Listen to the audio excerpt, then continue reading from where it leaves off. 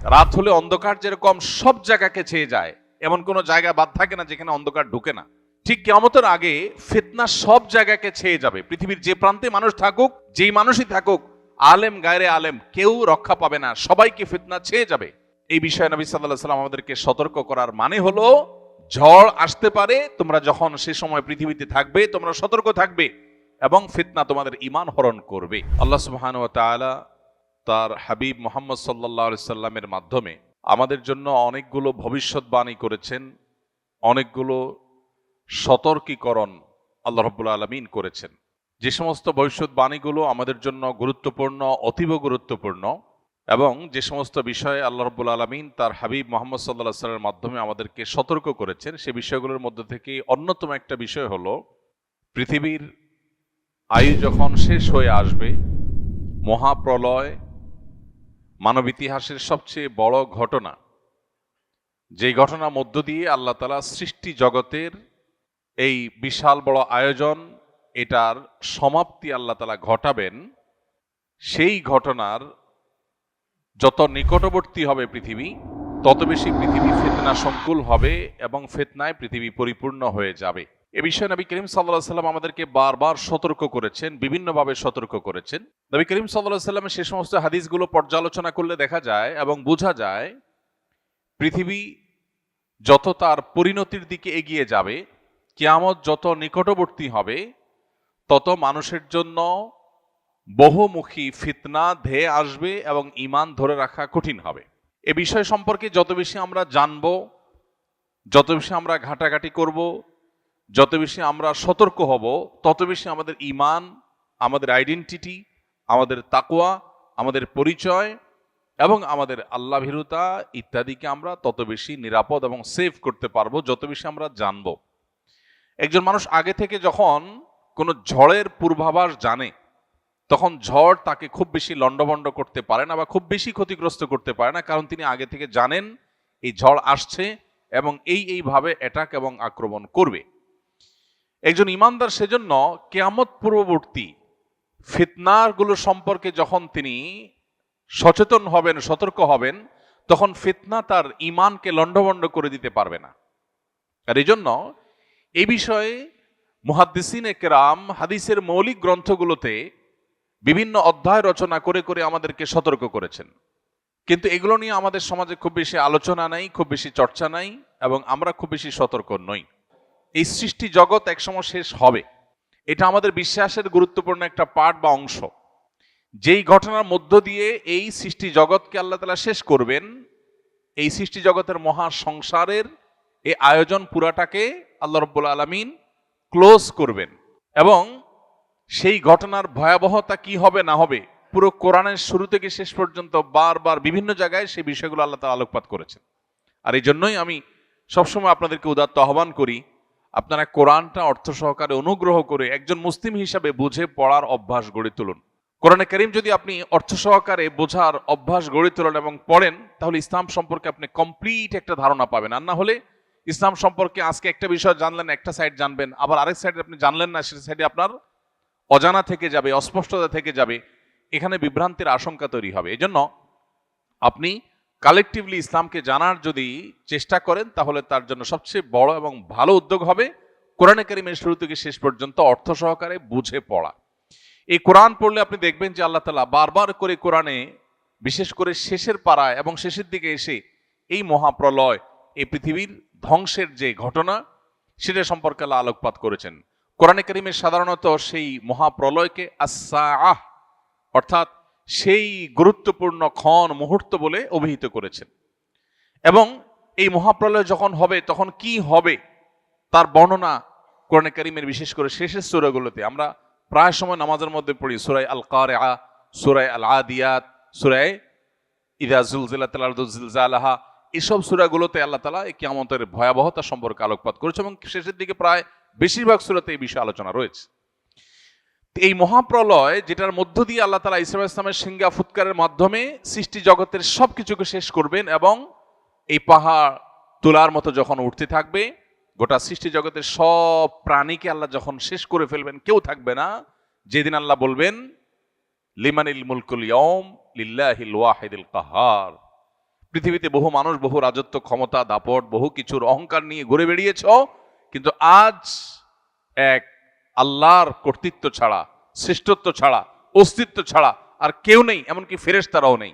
সবাইকে আল্লাহ তাআলা শেষ করে পুনরায় আবার সৃষ্টি করে মানুষের হিসাব নিকাশ গ্রহণ করবেন।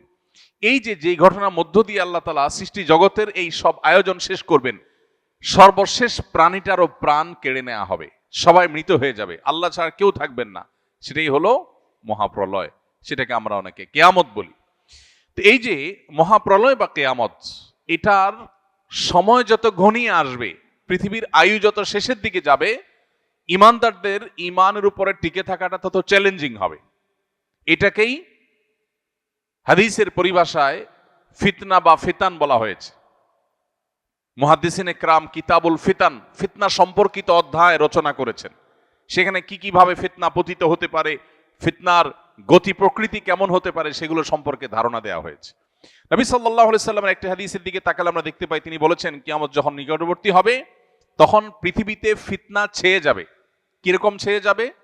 কাওয়াকাইল মাতারি, বৃষ্টির ফোঁটা যেরকম পতিত হয় একের পর এক, একটার পর একটা ফিতনা পতিত হবে। মানুষ একটা ফিতনার মোকাবেলা করতে না করতে আরেকটা ফিতনা এসে পড়বে। রাত যেরকম, অন্ধকার যেরকম রাতকে ছেয়ে যায়, রাত হলে অন্ধকার যেরকম সব জায়গাকে ছেয়ে যায়, এমন কোনো জায়গা বাদ থাকে না যেখানে অন্ধকার ঢুকে না। ঠিক কিয়ামতের আগে ফিতনা সব জায়গাকে ছেয়ে যাবে। পৃথিবীর যে প্রান্তে মানুষ থাকুক, যেই মানুষই থাকুক, আলেম গায়রে আলেম, কেউ রক্ষা পাবে না, সবাইকে ফিতনা ছেয়ে যাবে। এই বিষয়ে নবী সাল্লাল্লাহু আলাইহি ওয়াসাল্লাম আমাদেরকে সতর্ক করার মানে হলো, ঝড় আসতে পারে, তোমরা যখন সে সময় পৃথিবীতে থাকবে তোমরা সতর্ক থাকবে এবং ফিতনা তোমাদের ঈমান হরণ করবে। তো এইরকম পরিস্থিতি সম্পর্কে নবী করিম সাল্লাল্লাহু আলাইহি ওয়াসাল্লামের অনেকগুলো হাদিস পাওয়া যায়। আমরা এখন মেলালে দেখি সেই সময়টা আমরা শুরু করেছি, সেই সময়টাতে প্রবেশ করা। এটা কতদূর প্রলম্বিত হবে, কতদিন দীর্ঘায়িত হবে, কত বছর চলবে, সেটা কি 100 বছর চলবে না 1000 বছর চলবে, আল্লাহ তাআলা ভালো জানেন। তবে ফিতনার মধ্যে আমরা প্রবেশ করে ফেলেছি। খোদ নবী করিম সাল্লাল্লাহু আলাইহি ওয়াসাল্লামের সময় থেকেই সাহাবায়ে কেরাম ফিতনার আশঙ্কায় শঙ্কিত থাকতেন, সব সময় ভয়ভীত থাকতেন এবং এই ফিতনার আক্রমণে সতর্ক থাকতেন। তাহলে আজ প্রায় 1450 বছর পর নবী সাল্লাল্লাহু আলাইহি ওয়াসাল্লাম যে ফিতনার কথা বলেছেন, আমরা তাকালে দেখি অফিসে যাই সেখানে ফিতনা, শিক্ষা প্রতিষ্ঠানে যাই সেখানে ফিতনা, ফ্যামিলিগত জীবনে প্রবেশ করলে সেখানে ফিতনা। ফিতনা ছাড়া আমরা কিছু দেখি না, এমনকি ধর্মীয় প্রতিষ্ঠানগুলোতেও নানাবিধ ফিতনা। ফিতনা জিনিসটা কি? আমরা অনেকেই ফিতনা বিষয়ে পরিপূর্ণ ক্লিয়ার না বা পরিষ্কার না হয়তোবা। ফিতনা মানে আমরা ধোঁয়াশা বলতে পারি, বিভ্রান্তি বলতে পারি। কোথাও আপনি দেখতে পাচ্ছেন মরিচিকা, যে মরিচিকা আপনি দেখছেন খোলা চোখে পানি, সেটা আসলে পানি না, সেটা মরিচিকা। এটা এক প্রকারের ফিতনা। এটাকে আপনি মনে করছেন অনেক ভালো, সেটা আসলে ভালো না, তার পেছনে লুকিয়ে আছে কালো অন্ধকার। ঠিক একইভাবে কিয়ামতের আগে মানুষ ডিসিশন নিতে পারবে না, সিদ্ধান্ত গ্রহণ করতে পারবে না। এমন এমন ইস্যু আসবে যে ইস্যুতে তার ঈমান নিয়ে সে সন্দেহের দোলাচলের মধ্যে পড়ে যাবে, যা আসলে আমি ঠিক আছি, আমার বিশ্বাস আদৌ ঠিক আছে। এমন এমন ক্রাইসিস আসবে, কখনো হয়তো উন্নয়নের নামে, উন্নতির নামে, গবেষণার নামে, জীবনমানকে উন্নত করার নামে, সায়েন্স এবং টেকনোলজির নামে, নানা নামে পৃথিবীতে এমন এমন পরিবেশ তৈরি হবে যে মানুষ রীতিমতো তার বিশ্বাস, তার ঈমান নিয়ে সংশয়ের মধ্যে পড়ে যাবে। আজ এই সংশয়বাদ ঘরে ঘরে, জনে জনে, এটাকে আমরা আজকের পৃথিবীর নতুন তুফান বলতে পারি। এই নতুন তুফান সম্পর্কে নবী সাল্লাল্লাহু আলাইহি ওয়াসাল্লাম সতর্ক করেছেন। একটা সময় আসবে, নবীজি সাল্লাল্লাহু আলাইহি সাল্লাম বলেছেন, ইউসবিহুর রাজুলু মুমিনা ওয়া ইউমসি কাফিরা। মানুষ সকালবেলা ঈমানদার হয়ে সকাল করবে, দিন শুরু করবে, সন্ধ্যায় সে বেঈমান হয়ে যাবে। কারণ হয়তো সন্ধ্যায় ঈমান থাকবে কিন্তু সকালে ঘুম থেকে উঠে সে বেঈমান হয়ে যাবে। ঈমানটা এত ঠুনকো হবে, এত দুর্বল হবে, কচু পাতার পানির মতো এতটা নড়বড়ে হবে যে তার আইডেন্টিটি মুহূর্তের ভিতর পরিবর্তন হবে। এমন এমন চমক আসবে। এখন পৃথিবীটা হলো চমকের পৃথিবী, একের পর এক চমক। আমরা সার্চ ইঞ্জিনের যে চমক, সেটা দেখে সারতে না সারতে এআই এর চমক, আর্টিফিশিয়াল ইন্টেলিজেন্সের চমক আমাদের সামনে এসে উপস্থিত। আমরা যোগাযোগ ব্যবস্থার ক্ষেত্রে একটার পর একটা চমক দেখছি। মানুষকে আল্লাহ তাআলা এমন এমন সক্ষমতা দিচ্ছেন, মানুষের ব্রেইনে এমন এমন ইস্যু আল্লাহ তাআলা দিচ্ছেন, এমন এমন আইডিয়া আল্লাহ তাআলা মানুষের মধ্যে দিচ্ছেন যেই জিনিসগুলো অনেক ক্ষেত্রে আমাদেরকে রীতিমতো সন্দেহের মধ্যে ফেলে দেয় যে আসলে মানুষ এবং মানুষের সৃষ্টিকর্তা আল্লাহ রাব্বুল আলামিন এবং সৃষ্টি জগৎ, এই দুইয়ের মধ্যে পার্থক্য করা আমাদের জন্য কঠিন হয়ে যায়। ভাইরা আমার, ফিতনা কতভাবে পতিত হতে পারে, কত দিক থেকে আসতে পারে, সেটা আমাদের ধারণা এবং কল্পনারও বাহিরে। কিয়ামত যত নিকটবর্তী হবে, মানুষের ঈমানদারের আইডেন্টিটি ধরে রাখা তত কঠিন হবে। এটাই ফিতনা। সেই সময়টা আমরা শুরু করেছি, প্রবেশ করেছি, পার করছি। যত সময় যাবে এই ক্রাইসিস, এই সংকট আরো বাড়বে, আরো বৃদ্ধি পাবে। নবী করিম সাল্লাল্লাহু আলাইহি সাল্লাম আমাদেরকে সতর্ক করেছেন। তিনি বলেছেন, বাদিরু বিল আমালি ফিতানা কাকিতাইল লাইলিল মুজলিম। তোমরা ভালো কাজ নেকামল করার জন্য প্রতিযোগিতায় লিপ্ত হও এবং দ্রুততার সাথে অগ্রসর হও ভালো কাজের দিকে। কারণ এমন সময় আসছে যখন গভীর গুটগুটে অন্ধকার রাত যেরকম অন্ধকার হওয়ার কারণে কোনটা ভালো কোনটা মন্দ মানুষ পরখ করতে পারে না, এরকম সময় আসবে যে তুমি সত্য আর অসত্য, ভালো আর মন্দ পরখ করতে কষ্ট হবে। সেই সময় আসার আগে তোমরা নেকামলে প্রবেশ করো, ভালো কাজে লিপ্ত হও।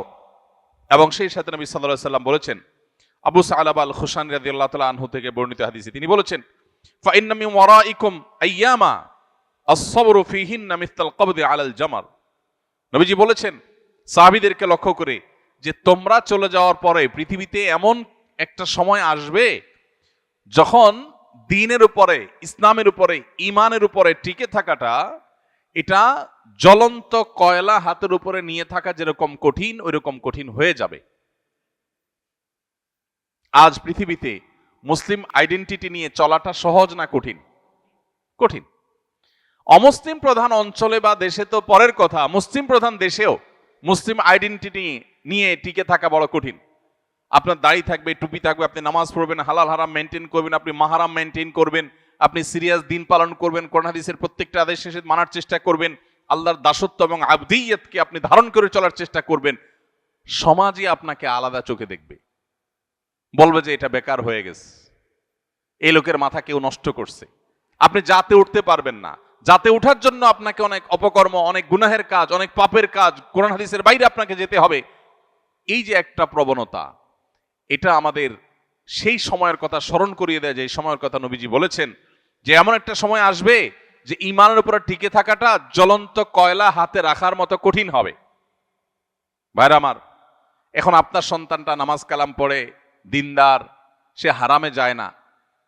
সমাজের বেশিরভাগ মানুষ পাপাচারে লিপ্ত, নামে মুসলমান, দিন থেকে সরে গেছে। ওই যে ফিতনার কারণে তারা দিন থেকে সরে গেছে। এই মানুষগুলোর কাছে আপনি বরং ভিন্ন গ্রহের কোনো বাসিন্দা। আপনি বরং সমাজ বুঝেন না, সামাজিকতা বুঝেন না, আপনি বরং অসামাজিক, আপনি বরং সেকেলে, আপনি পুরাতন, আপনি আধুনিক না, আপনি পিছিয়ে পড়া, আপনি সমাজের বোঝা, আপনি স্মার্ট না। হাজারটা ট্যাগ আপনাকে দেয়া হবে। ভাইরা আমার, এই কথা নবী সাল্লাল্লাহু আলাইহি সাল্লাম বলেছেন যে একটা সময় আসবে যখন ঈমান এর উপরে অটল থাকা, অবিচল থাকাটা হাতের উপরে জ্বলন্ত কয়লা ধরে রাখার মতো কঠিন হবে। নবীজি বলেছেন, লিল আমিলি ফিহিন্না মিসলা আজরি 50 রাজুলা ইয়ামালুনা মিসলা আমালিকুম। নবীজি বলেছেন ওই রকম কঠিন সময়ে যখন ইসলামের উপরে টিকে থাকা কঠিন হবে। আপনি দেখুন সারা পৃথিবীতে, আপনি মুসলিম হন, ভালো মুসলিম হন, তাহলে সব বাধা। আপনি ইসলাম ছেড়ে দিলে আর বাধা নেই। ফিলিস্তিনের মানুষ তারা যদি মুসলমান না হয়ে অন্য কোন আইডেন্টিটি তাদের হতো, তাদের এত কষ্ট করতে হতো না। কাশ্মীরের মানুষগুলো যদি মুসলমান না হয়ে, ইসলাম না হয়ে অন্য কিছুকে ধারণ করতো, তাহলে জুলুম তাদেরকে সহ্য করতে হতো না। গত দীর্ঘ বহু বছর ধরে আমাদের দেশে জঙ্গিবাদের নামে, রাজাকারের নামে, বিভিন্ন নামে ধর্মীয় লেবাসধারীদেরকে যে কোণঠাসা করা হয়েছে, এরা যদি এই ধর্মীয় লেবাস, ধর্মীয় আইডেন্টিটি, ধর্মীয় মূল্যবোধকে ধারণকারী না হতেন, তাহলে এত বাধার মুখোমুখি তারা হতে হতো না। এই যে পরিস্থিতি, নবী সাল্লাল্লাহু আলাইহি সাল্লাম বলেছেন এরকম কঠিন পরিস্থিতিতে যারা সব যায় যাক, আমার জাতে ওঠা লাগবে না, আমার সামাজিকতা গোল্লায় যাক, আমার গোটা দুনিয়ার মানুষের যে স্রোত এবং ফ্লো তার বিপরীতে যে হলেও আমি আমার ঈমানকে, আমার তাকওয়াকে অটল করার চেষ্টা করব, ধরে রাখার চেষ্টা করব। এই প্রতিজ্ঞা যদি কেউ করে এবং সে টিকে থাকতে পারে, নবীজি বলেছেন সেই লোক একজন আমল করে যে সওয়াব পাবে, সাহাবীদেরকে বলেছেন তোমরা 50 জন আমল করলে যে পরিমাণ সওয়াব পায়, সে একজন সে সওয়াব পাবে। 50 জনের আমলের সওয়াব একজন পাবে। নামাজ পড়বে এক ওয়াক্ত, সওয়াব পাবে 50 ওয়াক্তের, 50 জনেরটা। সাহাবা একরাম অবাক হয়ে জিজ্ঞাসা করলেন, হে আল্লাহ রাসূল, আপনি যে 50 জনের কথা বলছেন, ইয়া রাসূলুল্লাহ মিথলু আজরিনা 50 মিন্না আও মিনহুম, যে 50 জনের কথা বলছেন এটা কি আমাদের মতো সাহাবীদের মতো 50 জন নাকি তাদের 50 জন? কারণ সে আমলের 50 জনের কোয়ালিটি তো আর এই আমলের 50 জনের কোয়ালিটি এক না। তো সাহাবীরা জিজ্ঞাসা করছেন, ওই ফিতনার সময় যখন বাধার একের পর এক পাহাড় এবং প্রাচীর দেয়াল উঠবে, তখনও যদি কেউ ঈমানের উপরে টিকে থাকতে পারে, তাদের একজন আমল করলে 50 জনের যে সওয়াব দেওয়া হবে, সেই 50 জন কি সাহাবীদের 50 জন নাকি তাদের সময়ের 50 জন? নবীজি সাল্লাল্লাহু আলাইহি সাল্লাম বলেছেন, ক্বালা বাল আজরু 50 মিনকুম, তাদের সময় না, তোমরা যারা সাহাবী তোমাদের মধ্যে 50 জনের সওয়াব তাকে দেওয়া হবে। ভাইরা আমার, এইজন্য যেখানে ঈমান এবং আমলের উপর টিকে থাকা খুব বেশি চ্যালেঞ্জিং মনে হবে, বুঝতে হবে ফিতনা উপস্থিত হয়ে গেছে। এখন আমার তাকওয়া, আমার ফিতনার সময় যে রোল প্লে করার কথা হাদিস আমাকে উৎসাহিত করেছে, সেটি আমার করার কথা। এজন্যই স্যাক্রিফাইস, এজন্যই ত্যাগ করতে হয়। সমাজের সবাই বলবে না এত হিসাব নিকাশ করে চলা যায় নাকি? আমি বলবো হ্যাঁ, চলা যা না গেলে অচল হয়ে যাব, কিন্তু আমি ছাড়বো না, আমি ঈমানকে ধারণ করে রাখবো। আল্লাহ তাআলা ফিতনার সময় আমাদেরকে এভাবে ঈমানকে, আমাদের আইডেন্টিটিকে, আমাদের তাকওয়াকে সেভ করার তৌফিক দান করুন। চতুর্দিকে তাকালে দেখব যে সামাজিকতার হাতছানি, আরে সমাজের সাথে তাল মিলাইতে হয়। প্রত্যেকটা লোকের মধ্যে দেখবেন এই প্রবণতা। ঈমানদার কখনো পরিপূর্ণ তথাকথিত সামাজিক হবে না।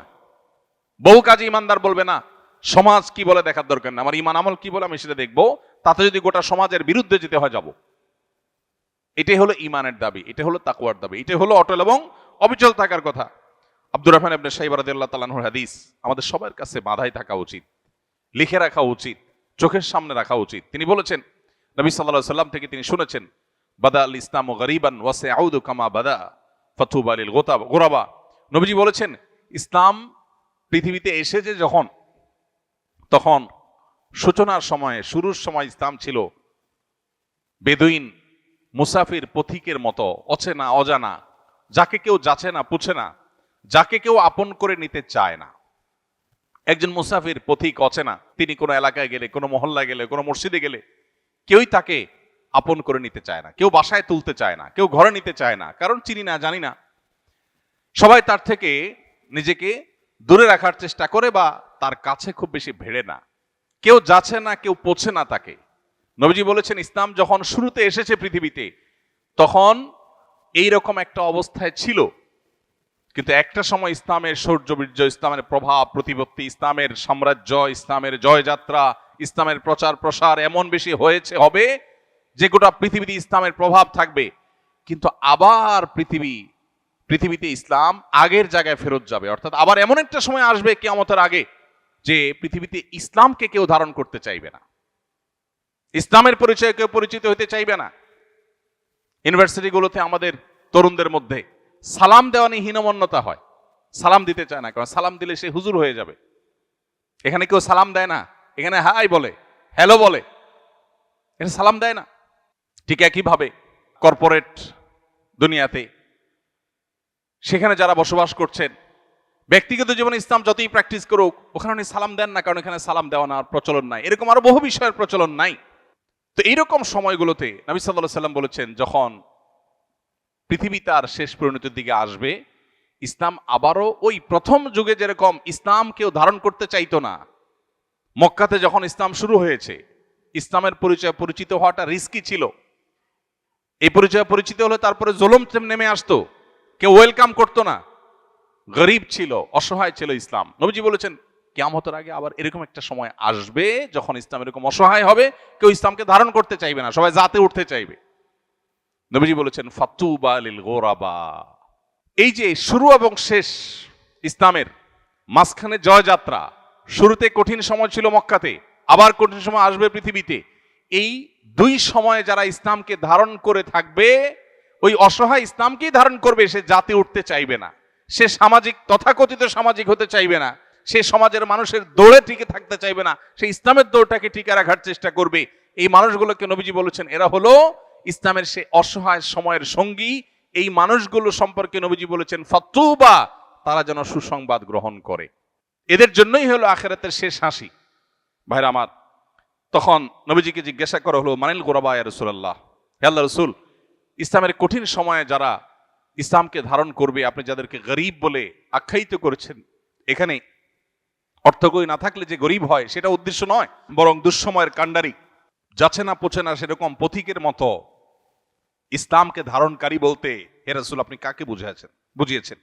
নবীজি তখন বলেছেন আল্লাযীনা ইউসলিহুনা ইযা আফসাদান নাস, মানুষ যখন ফিতনায় পতিত হয়ে যাবে, সমাজ যখন নষ্ট হয়ে যাবে, তখন যারা মানুষের সংশোধনে কাজ করবে, নিজেরা কোরআন হাদিসের পথে থাকবে আর সমাজকে সংশোধনের পথে আহ্বান করবে, এই মানুষগুলো হলো সেই মানুষ যাদের জন্য নবী সাল্লাল্লাহু আলাইহি ওয়াসাল্লাম সুসংবাদ দিয়েছেন। ভাইরা আমার, সেরকম কঠিন সময় আমরা পার করছি।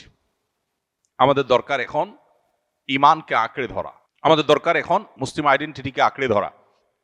আমরা দেখব চতুর্দিকে আমাদের সন্তানদের, আমাদের পরিবারে, আমাদের আশেপাশে, আমাদের সমাজে, সোসাইটিতে, পরিবেশ সব দিকে আমরা দেখব যে সবাই জাতে ওঠার চেষ্টা করছে। কেউ তার অরিজিনকে ধরে রাখার, মৌলিকত্বকে ধরে রাখার, তার শেকড়কে সন্ধান করবার চেষ্টা করছে না। এটা নবী সাল্লাল্লাহু আলাইহি সাল্লাম বহু আগে ভবিষ্যদ্বাণী করেছেন যে এরকম সিচুয়েশন আসবে, সিচুয়েশন আরো জটিল হবে। তো সিচুয়েশন যখন জটিল হয় তখন মানুষের প্রচেষ্টা আরো শক্ত হয়।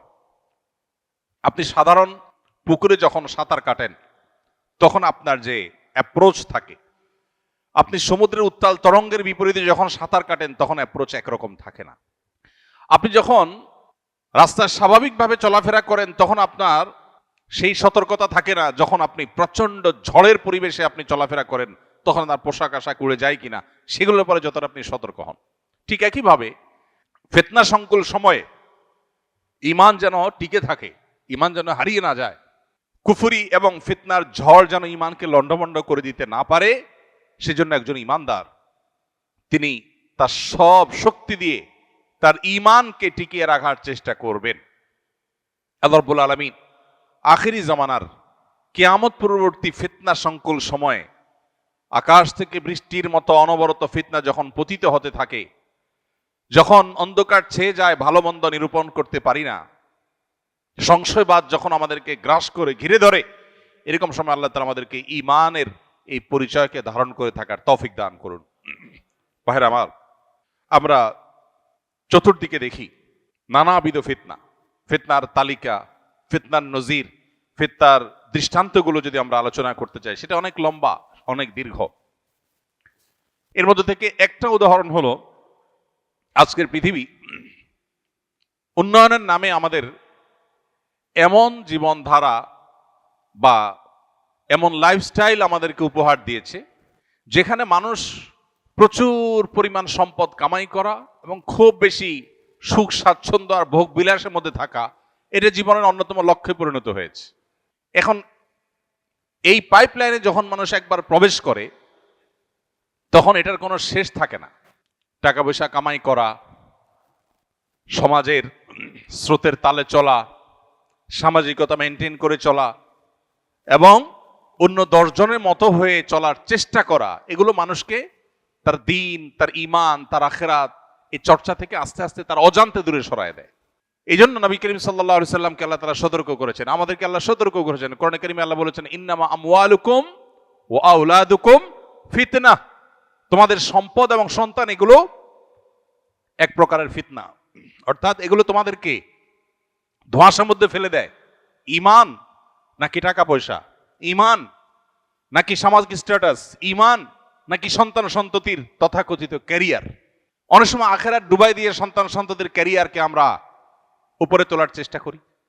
অনেক সময় সম্পদ এর পাহাড় গড়বার প্রয়োজনে ঈমান, আমল, আকীদা, হালাল হারাম সবকিছুকে ডুবাই দেই। তাহলে আমি যে কোনটা গ্রহণ করব, কোনটা আমার গ্রহণ করা উচিত, এই সিদ্ধান্তহীনতাটাই হলো ফিতনা।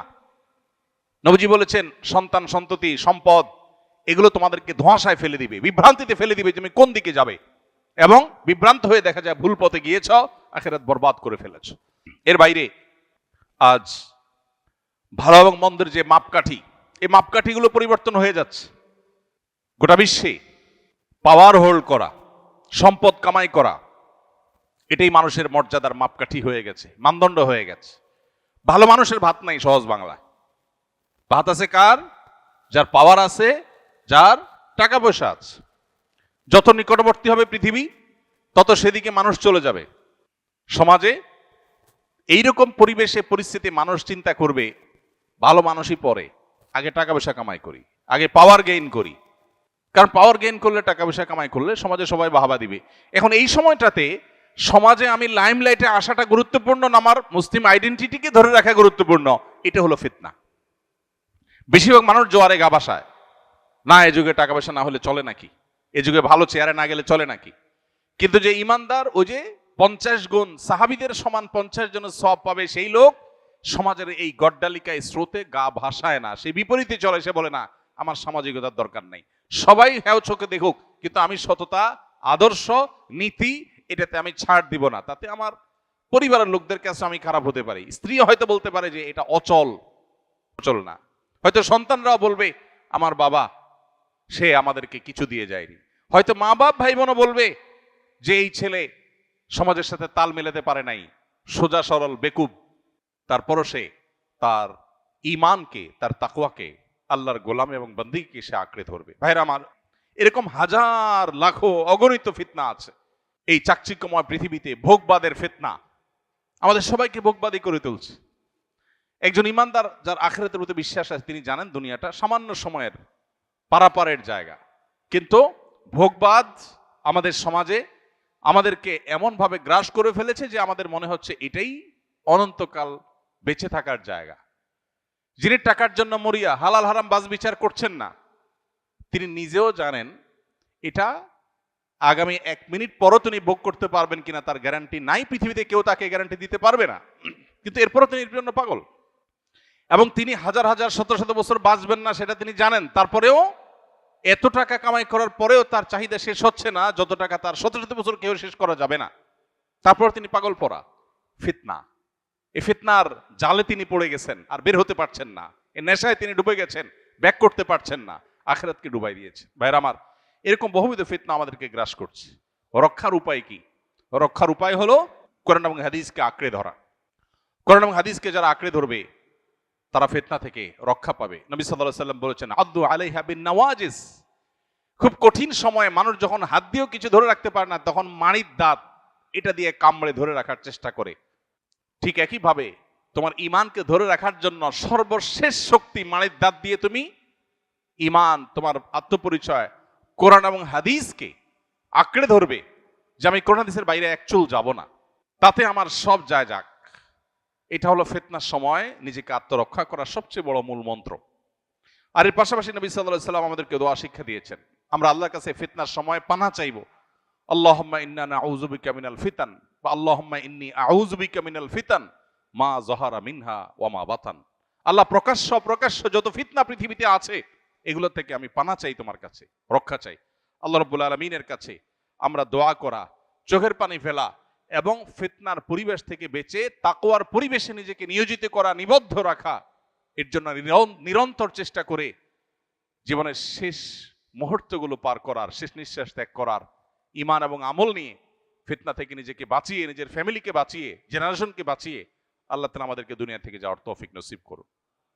আমাদের পরিবারকে, আমাদের নিজেদেরকে, আমাদের সমাজকে ফিতনার এই ভয়াবহ করাল গ্রাস এবং থাবা থেকে বাঁচানোর জন্য নানাবিধ উদ্যোগ আমাদের নিতে হবে। সবকিছুর আগে সতর্ক হতে হবে যে ফিতনা আসছে, ধেয়ে আসছে এবং ছেয়ে যাচ্ছে, এবং এই ফিতনায় বহু মানুষ হারিয়ে যাচ্ছে।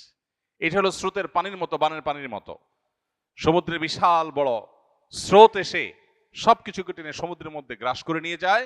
এক এক ফিতনা এসে হাজার হাজার মানুষের ঈমান আমলকে নিয়ে যায়। তরুণদের জন্য হাজার রকমের ফিতনা পৃথিবীতে আছে। এই যে বিটিএস ফ্যান হচ্ছে আমাদের ছেলেমেয়েরা, আমাদের তরুণরা, তাদের যে আকর্ষণ করবার মতো ক্ষমতা, সম্মোহনী শক্তি, দুর্বল করে ফেলার যে শক্তি, এটার ফলে নিজের অজান্তে আমি তাদের ফ্যান হয়ে যাচ্ছি। কখনো খেলোয়াড়দের ফ্যান হয়ে যাচ্ছি, কখনো তথাকথিত বিভিন্ন তারকাদের ফ্যান হয়ে যাচ্ছি, যে আমি আমার ট্র্যাক থেকে সরে যাচ্ছি, আমি ইসলাম থেকে সরে যাচ্ছি। কখনো ক্রীড়ার নামে, কখনো কৌতুকের নামে, কখনো বিনোদনের নামে, কখনো অন্য কোনো নামে এমন এমন চমক আসছে যে চমকগুলো দেখে আমি হারিয়ে যাচ্ছি। ওই স্রোত খড়কুটোর মতো করে আমাকে ভাষায় নিয়ে যাচ্ছে এবং তার ভিতরে সে গ্রাস করে নিয়ে যাচ্ছে, আমি টেরও পাচ্ছি না। আল্লাহ রাব্বুল আলামিন আখিরি জামানার এই সমস্ত ফিতনা থেকে আমাদেরকে হেফাজতে রাখুন, আমাদের ঈমান আমলকে আল্লাহ তাআলা হেফাজতে রাখুন। ফিতনা সংকুল এই সময় ঈমানকে আল্লাহ তাআলা কঠিন এবং দৃঢ়ভাবে আঁকড়ে ধরে রাখার তৌফিক দান করুন। আসুন্নাহ ফাউন্ডেশন, উম্মার স্বার্থে সুন্নাহর সাথে।